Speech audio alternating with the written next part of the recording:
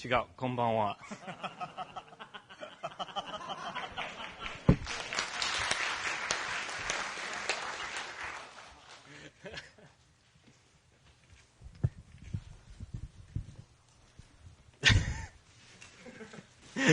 Hello. Tonight I'm going to talk about having fun programming and programming to have fun. I'm tenderlove, or takoyaki kamen, or hige no yama otoko. But my real name is Aaron Patterson.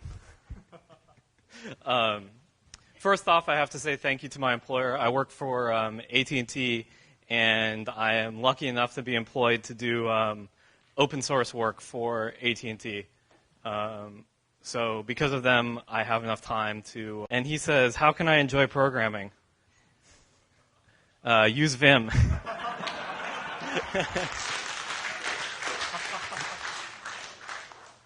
So today's topics are going to be language, environment, projects, and evolution. But first, I want to start with a little story. When I was a child, I loved building things, like making things with my hands, playing with Legos, making sandcastles. I helped my dad build an airplane.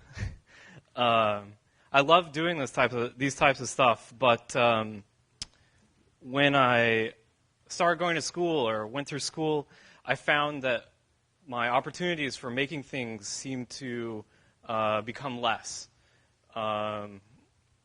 I didn't have time to do these types of things. I was, buried in schoolwork, and I just, it kind of faded out of my life. After school, I became a programmer, and that was my day job, and I completely forgot about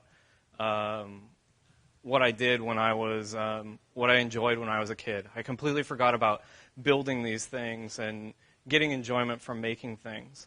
But then, after 10 years of programming, I discovered that I actually loved my job, and the happiness that I got from programming was the same happiness that I had when I was a kid building these things. And instead of building things with my hands, I was building things with my computer.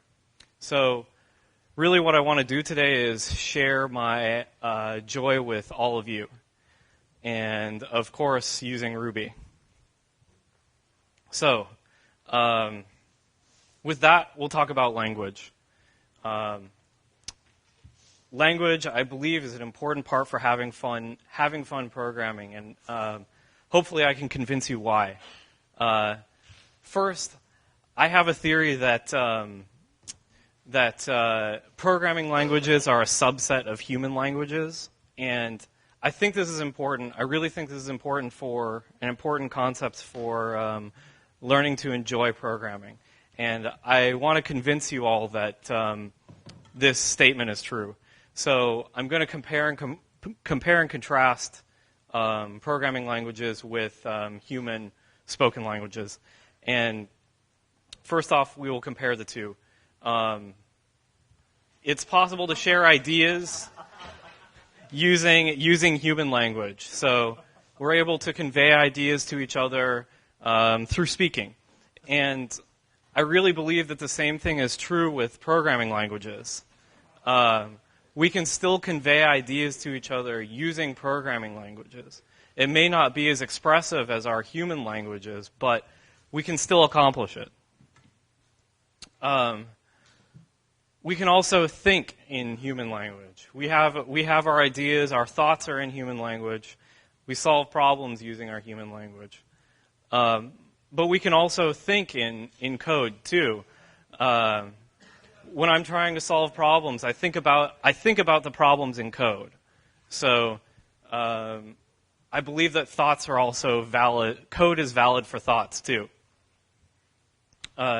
Next, I want to contrast programming languages and human spoken languages, and we'll start with programming languages. we all speak many different programming languages. We speak Ruby, C, Java, Lisp. Maybe some of us speak PHP. I don't know. I don't. But it's very common for programmers to speak multiple programming languages. Being a programmer polyglot is common. We're all expected to do that. Even to build a website, you need to know at least 3 languages to build a website. So, yes, it is common to be a polyglot with programming languages. But with human languages, the same thing is not true. We may speak English or Japanese or French or German or whatever, but being a polyglot in human languages is not common. You know, somebody who speaks 4 or 5 different languages is considered a special person. I can barely speak 1 language. So, as I was thinking about these things, I noticed that the number of languages that we can speak compared to the number of languages that we can write is completely off. We can write, as programmers, we can write many more languages than we can speak. And this made me kind of sad. So I decided to do something about it. I decided to learn Japanese. Well, a little bit. So I really believe that language is a vessel for thought, and using different programming languages, we're forced to come up with different ideas to solve the same problem. If you think about a particular problem and you have to solve it in JavaScript versus C, the way that you think about that problem is different. And I believe the same thing about human languages too. So if I could learn a new language, I could think about my problems differently and maybe solve them better. I also believe that varied inputs lead to varied outputs. So trying to gather more information from as many people as possible is important to me. I believe that doing that can increase my capabilities for problem solving. Another thing that I found interesting is that I seem to be inspired by language. Language helps me. It influences my culture. It influences the way that I think. It influences the way that I do software. It influences my life so much. So it seems like speaking multiple human languages is an important thing. As I'm learning Japanese, I've found that people are interpreters with forgiving parsers. So I was afraid to speak Japanese to people because I'm not very good. But once I realized that even though I make mistakes, people still understand my ideas, it helped to motivate me to talk to other people. It helped me get over that fear. So, the next thing I want to talk about is environment. Your programming environment. Not your text editor. I want to talk about your physical location. I think that to enjoy programming, you need to have a good physical location where you can be to be happy. And I want to share some of those places that I like to program with all of you. I love programming on the bus.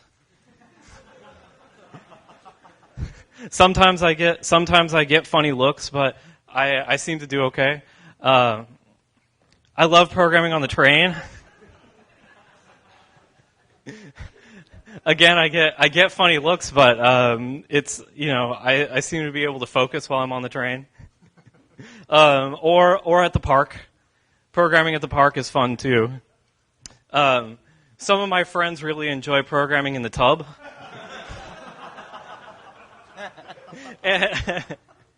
And I've never tried this myself, but it looks like a lot of fun. And some people I know like to program with themselves. So I really think that where you program, your physical location is an important thing.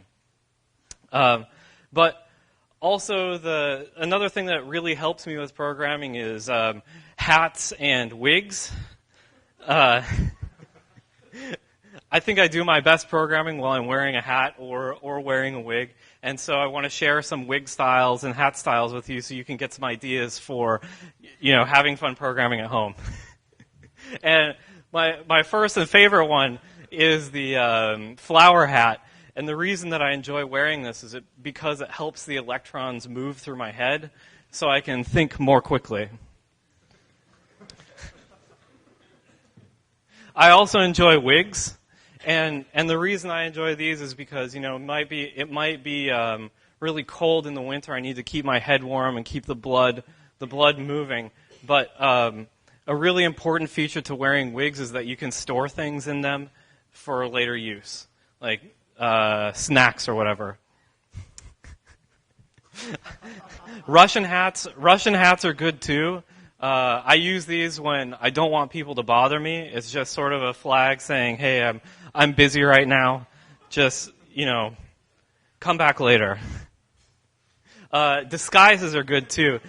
I like to program in secret. I don't want anybody to know that I'm actually programming, so I'll wear a disguise so I can program and no one knows. But so far, most of these have been jokes, but half jokes. What I really want to talk about is Ruby Brigades, your local Ruby group. I belong to the Seattle RB Ruby group, and we meet once a week. We have hack nights once a week where all of us just get together and work on various things. This is actually my most favorite place for programming and where I think I learn the most. At these hack nights, we try to challenge each other with ideas. So we'll describe things to each other and see if somebody else can solve the problem. Ask, is it possible to do such and such? Can this idea actually work? I also use it as a place to refine my ideas. So maybe I come up with some sort of library and I don't know how it will be received, or maybe I'm adding too much to the library. I don't know. So at hack nights, I can describe my ideas to other people there and refine the ideas down to the most basic and effective form. I also think it's a very important place to get help and to give help. Helping people at these hack nights is one of my most favorite things. I love to help out new people that come to our hack nights just because I become better at the simple things, but also because I may learn something from them as well. I like helping out people who are more skilled than I am. And I'll try to help someone even if they're more skilled than I am because I think I can learn something. So this exchange of information is important to me.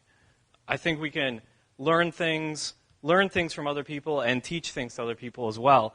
And what else is interesting is that people who come to these hack nights aren't necessarily programmers. We have a woman that comes to our hack night once in a while who goes to school and studies medieval literature. And she's building a website to help her class search through medieval literature. She's not really a programmer, but she's trying to help out her classmates. So I like helping her build these things because I get to learn about topics other than programming.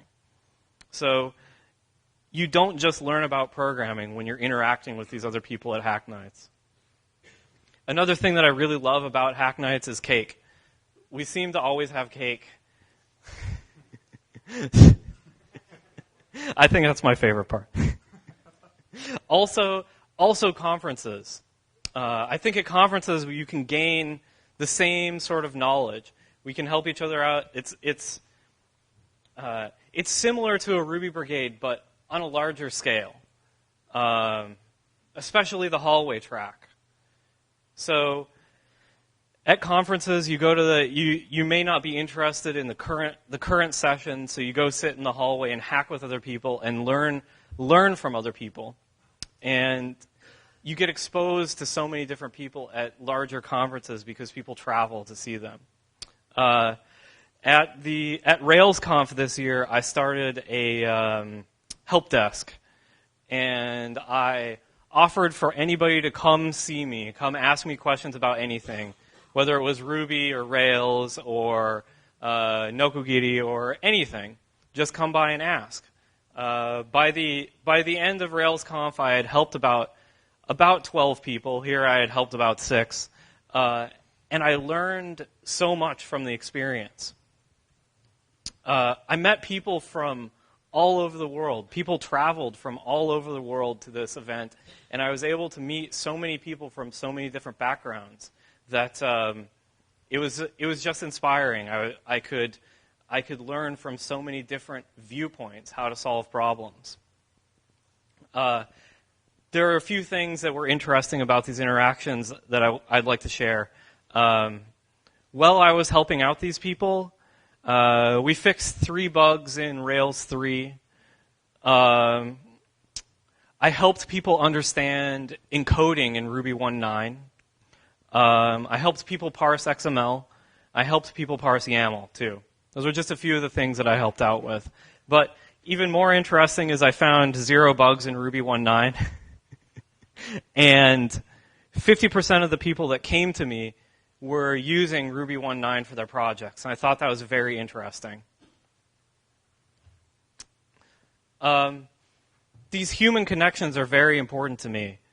I feel like I can learn so much from all of these different people. It helps me shape my world. It helps me solve problems, and it helps me become a better programmer and also have fun at the same time.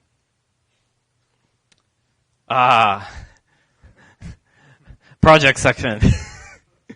I want to talk to you about some of the projects that I've been working on at these hack nights, some of the things that I do just for fun, and I hope that they will inspire you to have fun coding too. So we're going to talk about three things tonight. First, we'll talk about YAML. A little bit about sick and psych. Sick is the YAML parser that comes with Ruby 1.8 and 1.9, and you've probably all used it before. It's a YAML 1.0 parser and emitter, and it was originally written by Y. Psych is a YAML parser that's in Ruby 1.9.2. It's a libyaml wrapper, and it's a YAML 1.1 parser and emitter, and it was written by me. So we're going to look a little bit at how to use this library and then hopefully do something that's kind of fun with it. I hope. So in Ruby 1.8 and 1.9, it's very easy to parse YAML. We just say YAML.load file, and then we can supply a file name, and it'll load the YAML file, deserialize the YAML, and return to you a Ruby data structure. Or we can also parse a string. So we can say YAML.load and parse a string, and it'll return back, give you the same results, but using an in-memory source. Psych is, you'll notice that the API is exactly the same, except the constants have changed. I tried to keep the API with Psych as close as possible to sick, so that there wouldn't be any backwards compatibility issues. Unfortunately, Psych is not the default YAML parser in Ruby 1.9. You have to opt into it, but it's very easy. If you want to use Psych as your YAML engine in 1.9, you just have to add this YAML code, and it will replace the YAML constant. So let's take a look at dumping YAML. One thing I forgot to mention. Since the APIs are so similar, from now on, we're just going to look at the new things that are in Psych and the ways that I think it's interesting. So dumping YAML over here. We just call psych.dump and pass it a data structure, and it'll dump out YAML. Or we can call toYAML on a data structure, and that will dump out YAML as well. This is exactly the same as the sick API, but the constant has changed. But it may also be possible to dump JSON with psych. Psych. So let's take a look at how. Here we have a YAML map. This is what when we dump out a hash, this is what it looks like. But it's legal in YAML to wrap your strings with single quotes. So you can explicitly say that these things are strings. So this is also representing the same data structure. You're able to say, in YAML, you're able to specify curly braces around either side of the map and explicitly say that this is a map to YAML.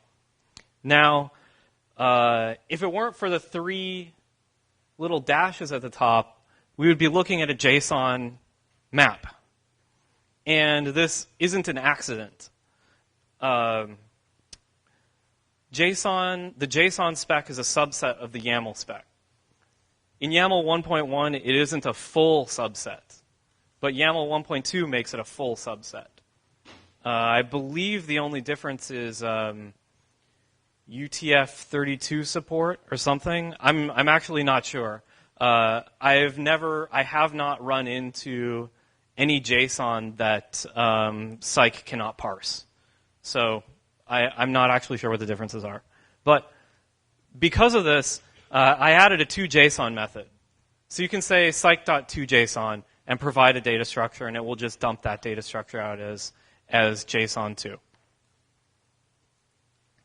So let's have fun with Psych. I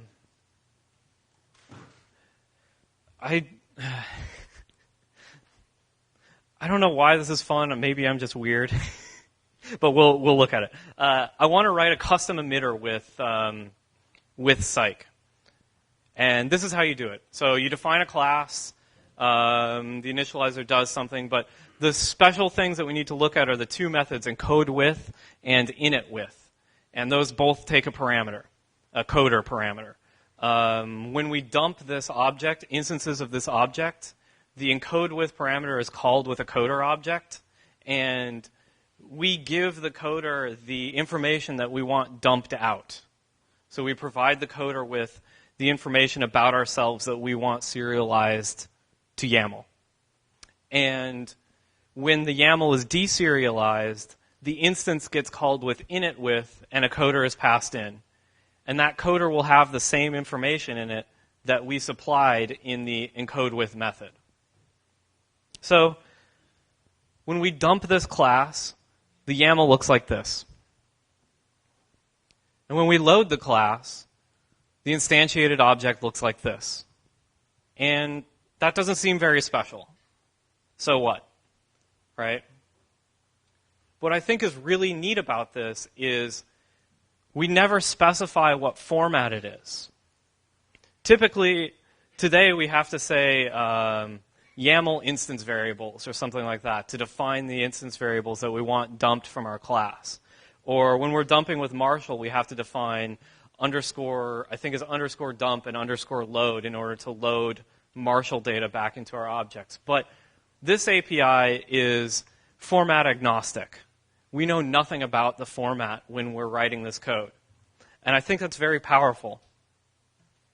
And I hope to share with you why. Because of that, we can now say psych.dump and get YAML. And we can say psych.toJSON and we can get JSON. And we didn't have to touch our code. Our code didn't change. But it's also possible, don't read this. Yomenai de kudasai. This class lets us dump as XML, but using the same API. I'm just showing you this because I want to show you that the code isn't very long. It lets us dump our instances as XML. So now we can say XML dumper.dump on our foo object. So we get YAML and JSON and XML. And we didn't have to modify our class. And with a simple subclass of the XML dumper, now we can get HTML. So you don't need to read this. You don't need to read this either. But now we have YAML, JSON, XML, and HTML, and we never modified our foo class. But I think we can go, one step farther and use Marshall. So if we implement this short amount of code here, yomenai kudasai, I just want to show you that it's short. We can now dump as Marshall too and not have to change our interface. So now we've got YAML, JSON, XML, HTML, and Marshall, and we never had to modify our class. So I just want to show you this in action because I think it's really fun. I've got a Marshalls file, and it defines all that stuff. And here's our foo class.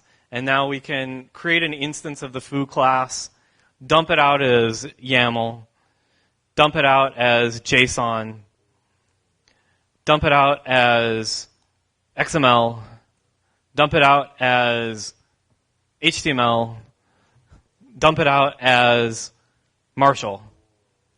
And we never had to modify foo. So I think that this interface is very powerful, and I hope that people will use it. And I just want to say, now you get 5 formats for the price of 2 methods. 5 formats for the price of 2 methods. Feel free to write me a check, send me PayPal. I accept all of it. But I'm just kidding. It's actually free, and you can go download it today. So, the next project I want to talk about is SQLite Ruby.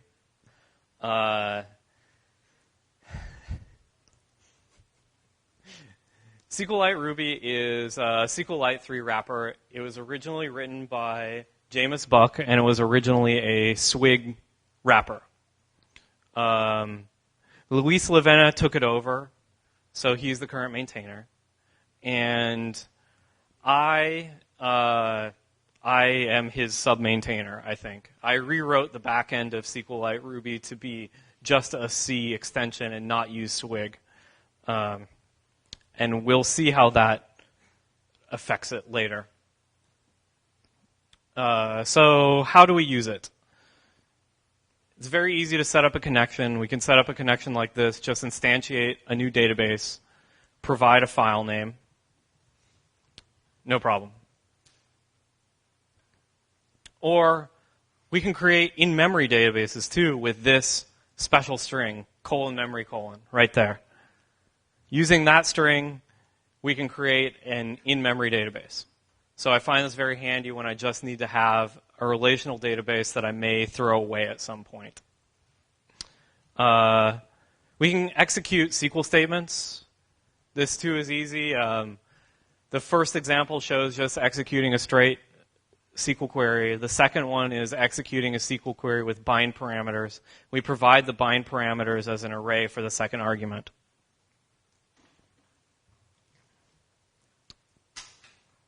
We can also prepare statements. So preparing statements is very easy as well. We say just call prepare on the connection, bind a parameter, and then loop over the results of the prepared statement. But why would we want to do that? Prepared statements, we can cache prepared statements. So the reason that we would want to cache prepared statements is because we can reuse that statement. We don't have to pay the price of parsing that SQL statement over and over and over again. We also have the advantage of being kinder to the garbage collector. Although I guess with the lazy garbage collector, maybe we don't care. We don't need to create new statements and throw them away all the time. We can just save the one that we created and keep reusing it. So we can be nicer to the garbage collector. These are all ways that speed can be improved, but I really have to emphasize that your mileage may vary. It depends on the queries that you're performing, depends on the database that you are selecting data from, but it can help out, but you should profile your code.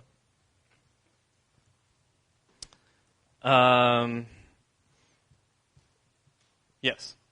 So the new version of SQLite 3 Ruby is much faster. But let's play a little bit with SQLite 3. Why did I do this? So to have fun with SQLite 3, we're going to go in 2 steps. First, we're going to read some SQLite 3 APIs. Then we'll write some code. And then we'll annoy our friends. Yomenai kudasai. So this is the virtual file system API for SQLite 3. We're able to provide a bunch of I/O hooks so that we can get calls whenever SQLite needs to make file system operations. We can define hooks to call out, do whatever we want to, basically. Whenever SQLite needs to read, write, seek, or whatever, we can handle that. And how is this interesting? Well, we should write some code. We can write simple C functions which just expose these I/O hooks back to Ruby. So this is an example of just implementing the file close API. So all we do is we get a pointer from, this gets called when SQLite wants to close a file, and all we do is call back out to Ruby. So Ruby can now handle this API call. But what does this mean in our Ruby code? This means that we can implement SQLite virtual file systems. So when SQLite wants to open a file, it'll request open from us, and we return an object that knows how to handle all of these I/O operations. So reading, writing, closing, everything. We implement that in Ruby. And I think this is really fun, and the reason is because anything can be a database. We can store a database anywhere. We could store a database to the internet over HTTP. We can store it anywhere. But for fun, I want to store it after under end. If you don't know what this is, under end is at the bottom of your scripts, and anything below under end is just data. So what I want to do is write a program that stores the database in the program. And, yomenai kudasai. This is the evil virtual file system implementation. I just want to show you that it's short. It lets us store the database below under end. Basically, any file we give it, it'll store the database in any file as long as it knows the file name and has a seek offset. So how do we use this? There we go. First we register the virtual file system, then open our file, and notice where we call database.new, we're actually calling that on ourselves, on under file, under. And then we execute this statement, which it just creates a users table if the users table does not exist. And then it inserts 100 rows into that table and then selects the number of users from that table. So nothing too crazy. It's just creating a table if it isn't there and adding some data. So now let's use this to annoy our friends.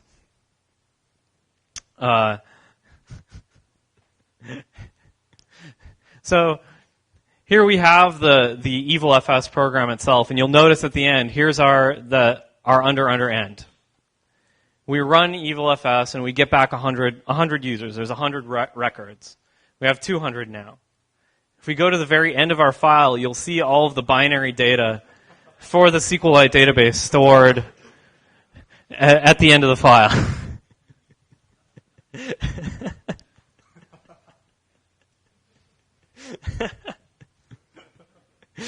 So I wrote this at Seattle RB. I worked on this at Seattle RB, and I don't know what anyone would actually use it for, but I think it's fun. And you can get the code here.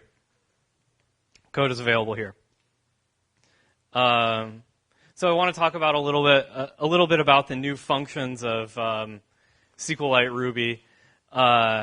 There's really only a couple main new functions with the version that Luis and I have been working on. The latest version has Ruby 1.9 encoding support, and we'll see an example of that. And it's also about 1,000 times faster than the previous release. The encoding support looks like this. Here's an example code. It just does some manipulation on a database. The important thing is here, where we get the encoding of the record that we pulled out from the database, and you'll see that it's correctly associated with UTF-8. So we can get our UTF-8 database or UTF-8 data back out of the database. But it also handles encoding.default internal. So if we set default internal to something, for example, EUCJP, when we pull the data back out of the database, it'll automatically be transcoded to EUCJP for us. And this is a comparison. This is a logarithmic scale comparison of select statements, doing select queries between SQLite 1.2.5 and SQLite 1.3.0. And 1.3.0 is approximately 1,000 times faster, but not for inserts and updates. It's slightly faster for inserts and updates, but selects is where you really see the win.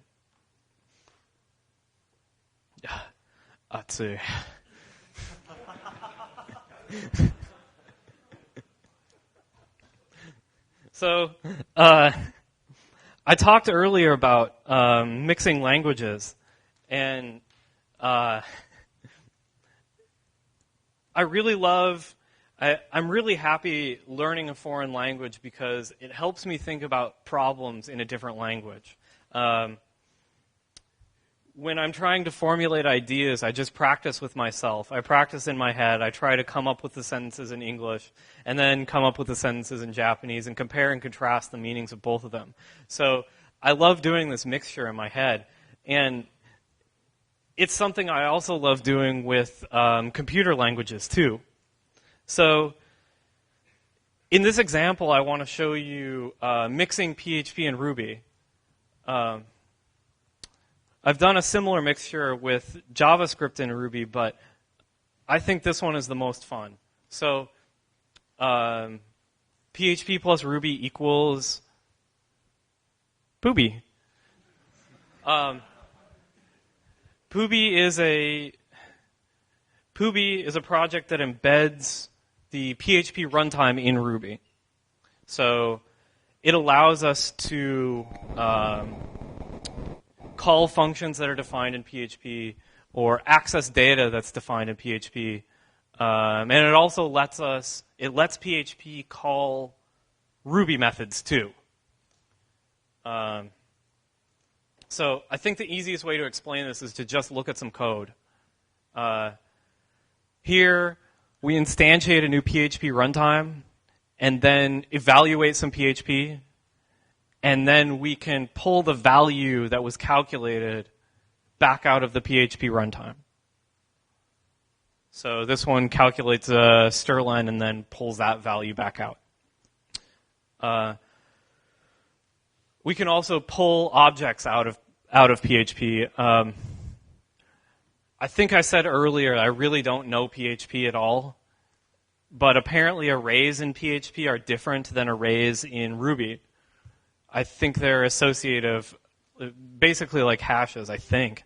So I needed to write a special wrapper class. But you can pull out an array and get values from the array. So we can see that this array has, or this hash has hello world in it. What I think is even more fun, though, is that we can call Ruby methods from PHP. So we've got this fun class at the top that defines a times method. And below, we instantiate our PHP runtime, and then we assign fun.new into the runtime, and then we can call the methods on that class from the PHP runtime and actually get data, get values back from Ruby that way. So the code examples, I think the code examples are pretty fun showing them to you up here, but I really think that actually seeing them really drives it home. So first we require Pooby, and computers have a really hard time mixing languages, so it's slow. You can see it has to think about PHP. It doesn't like it. So we instantiate a new PHP runtime. We actually get the instance. We start it up and then evaluate some data. We just say, foo is equal to hello world, and it evaluates that, and then we can access foo. We can also do assignments into the runtime and then maybe do some calculations with it. I don't remember what we're going to do here. Oh, do a string concatenation. Just add something to it. Say hello RubyKaigi. Oh, and it knows about parse errors, so it'll raise an exception. And then we can access the values that we did in PHP. Oh, what am I doing here? Oh, yeah. So create our new foo class too, and then assign a new instance of that into the runtime. And then we'll call the hello method on the foo instance and see that go. Oh, okay, and then hello world. So, arigato, PHP. So, how does it work? I think I must wear too many wigs or something. I don't know. I don't know why I made this project. So the way it works is via weak reference tables. It makes a lot of use of weak reference tables. So let's look at an example of a variable going from Ruby into the PHP runtime. I'm sorry. In English, a variable going on vacation from the Ruby runtime into the PHP runtime. So this is the code that we'll look at, and what it does is we have this Ruby calls into a C proxy, which is Pooby. The proxy is Pooby, which calls into the PHP runtime, then associates the PHP variable with the Ruby variable in a weak reference table. So that's how assignment into the PHP runtime, or into our in Pooby works. So let's look at from PHP, we'll call out to Ruby. How does that work? So doing code like this, we still have this same setup here. PHP calls to Pooby. Pooby looks up the object in the weak reference table. Then it calls the method on that object from the weak reference table and passes the value back to PHP. So far, so good? Okay. So now we'll call Ruby from PHP. Or no. Ooh, I'm getting confused. We're going to call PHP from Ruby. And the way this works is Ruby calls into the proxy calls into PHP, and then PHP calls back to the proxy, and the proxy creates a new object proxy instance. And this new object proxy deals with methods being sent from Ruby into PHP and vice versa. So we really haven't had fun with this yet. So let's take a look at having fun with Pooby. And of course, the way that we do that is PHP plus WebBrick equals blog. So let's go get a blog. It is WordPress. And then, so we'll download WordPress. And then, yeah, it's fast connection. Look at that go. Unzip WordPress. So we've got our WordPress. Then we're going to create our WordPress database in MySQL.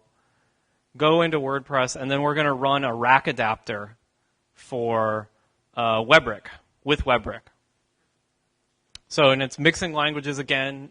It's got to think really hard about combining PHP worlds with Ruby worlds. So we're on port 10101 with WebRick started.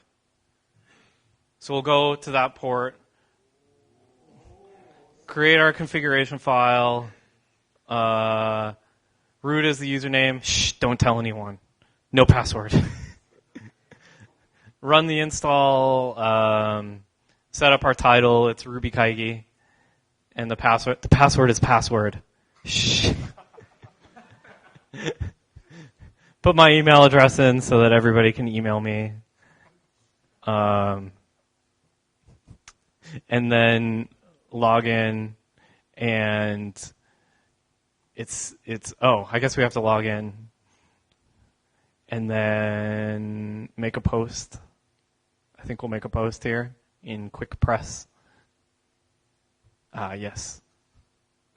Oops. Konnichiwa. Hi, RubyKaigi. Okay. So we'll publish, and then go view the post, and then konnichiwa.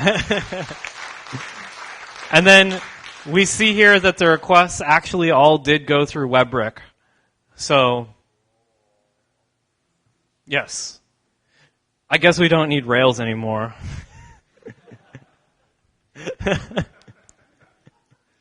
So, the way that this works is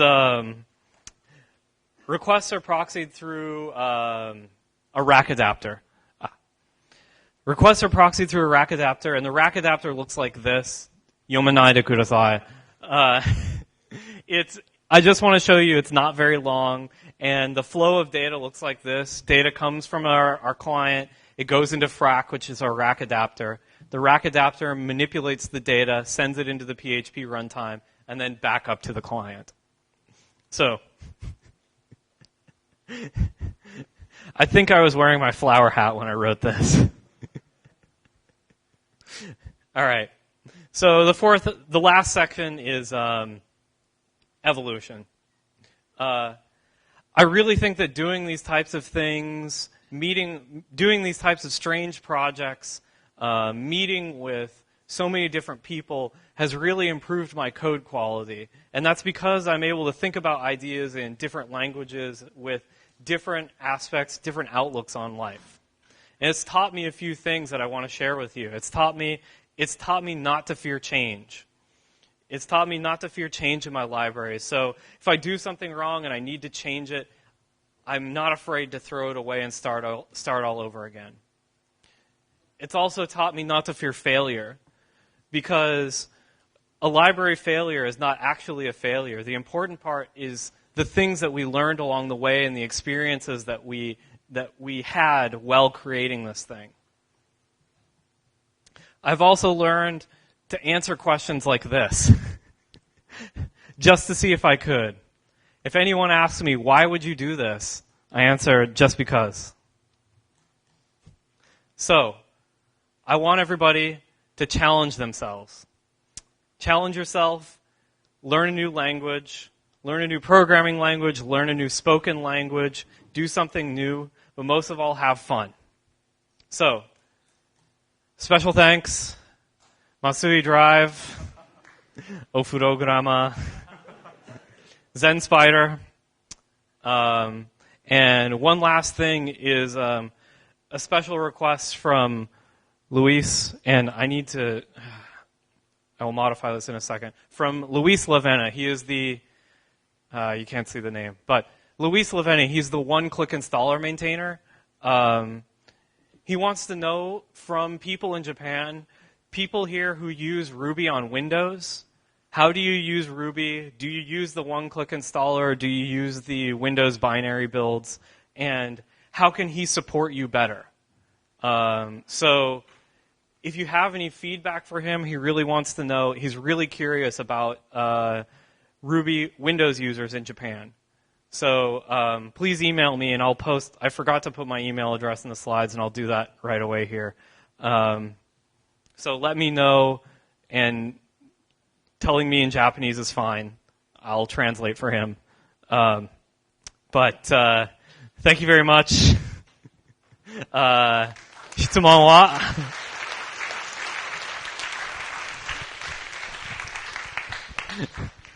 Any questions?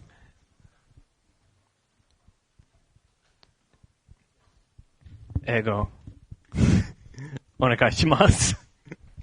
Okay. Hi. Hi. I'm quite serious about using Ruby Poopy. for Yes. one of my client production project because we have a website talking to PHP WordPress as a content management store as a backend. Okay.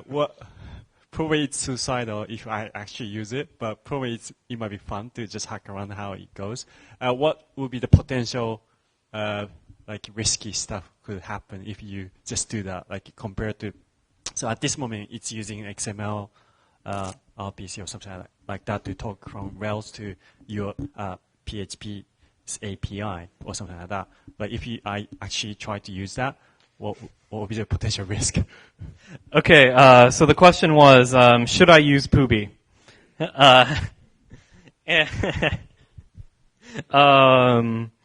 Should I use Poopy for client work? No. I've never used it. I've never used it in production.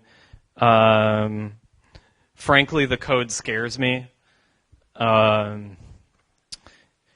It probably could be made to be stable and usable in production, but I'm not skilled enough to do that. So with work, it could be made usable in production, but not now. So the question was, functionality-wise, does it do everything from PHP? Is that correct? Yes. And that's because it actually is embedding the PHP runtime. So it will do, it is a PHP interpreter. It will do everything. The only thing that I can't remember is there are certain objects that might not go across the proxy. I think there's like file handles. Like you can't pass right now you can't pass a file handle from the PHP runtime back into the Ruby runtime. So that's where the problems lie. So Psych has a lot of interesting ways of dumping various formats. Is there a dependency on Nokogiri? Is there any other dependency that we'd have to worry about for JRuby?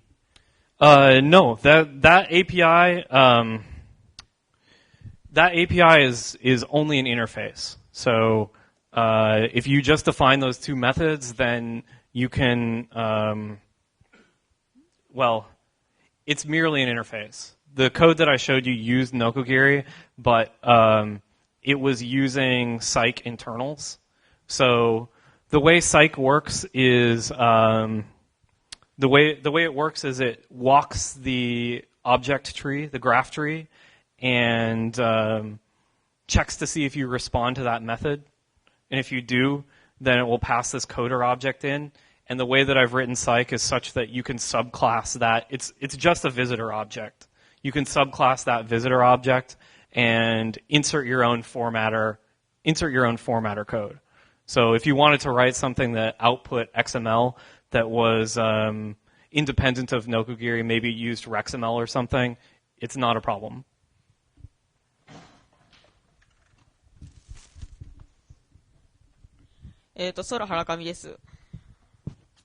First, sorry for my English is lunch. Which is loads faster, Ruby or active support?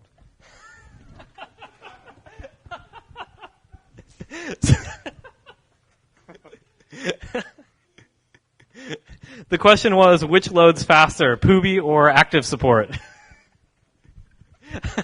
Yehuda? Tell me.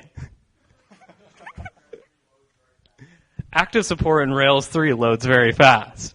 Oh. How fast does it load? Oh, but does it interpret PHP? I think active support is faster to load than Poopy, but maybe not active support in Rails 2. Thanks. Other question?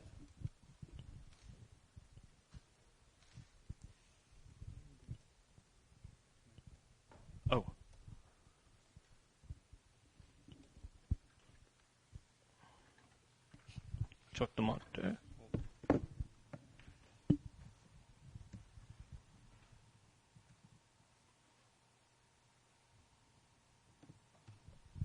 Yes. So if you use Ruby on Windows, email me. ありがとうございます。